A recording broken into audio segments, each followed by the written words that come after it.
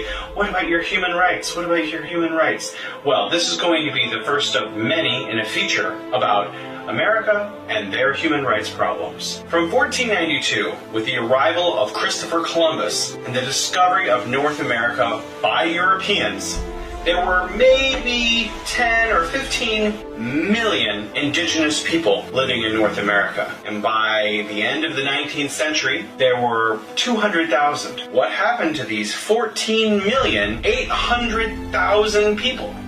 They were killed by European settlers and Americans.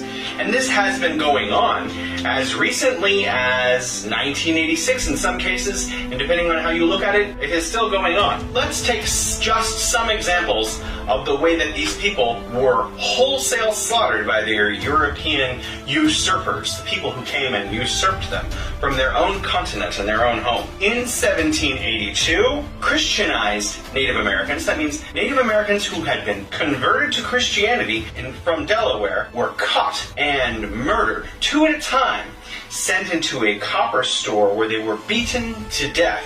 And this included men, women, and children. From 1830 to 1840, under what is known as the Trail of Tears, an act was passed by Congress to remove Native Americans from settlements across the Mississippi. Many of these people traveled during the winter, and thousands of them died. They were removed from land that was given to them by the United States of America. So firstly, these people were given land by the United States and the U.S. Army and said, you can live in this place. And they were told as an act of faith by Congress in the decades preceding 1830, this is your land. And then, because they were living on land, the United States decided that it wanted for white settlers to go live and grow crops for their country, for the nation, for the United States. They decided to move these people, and in the process, killed a huge portion of them. In December of 1890, the U.S. Army attacked a large settlement village of Native Americans in the hundreds, killing women, men, children, everyone, wiping entire villages out in South Dakota. 20 U.S. Army servicemen received U.S. Medals of Honor. They were given Medals of Honor for murdering families. In 1763, the commander of British forces, this is before the United States was founded, under King George II, were ordered to find all of the fastest ways to erase Native Americans from the continent so British colonists could come over and take that land.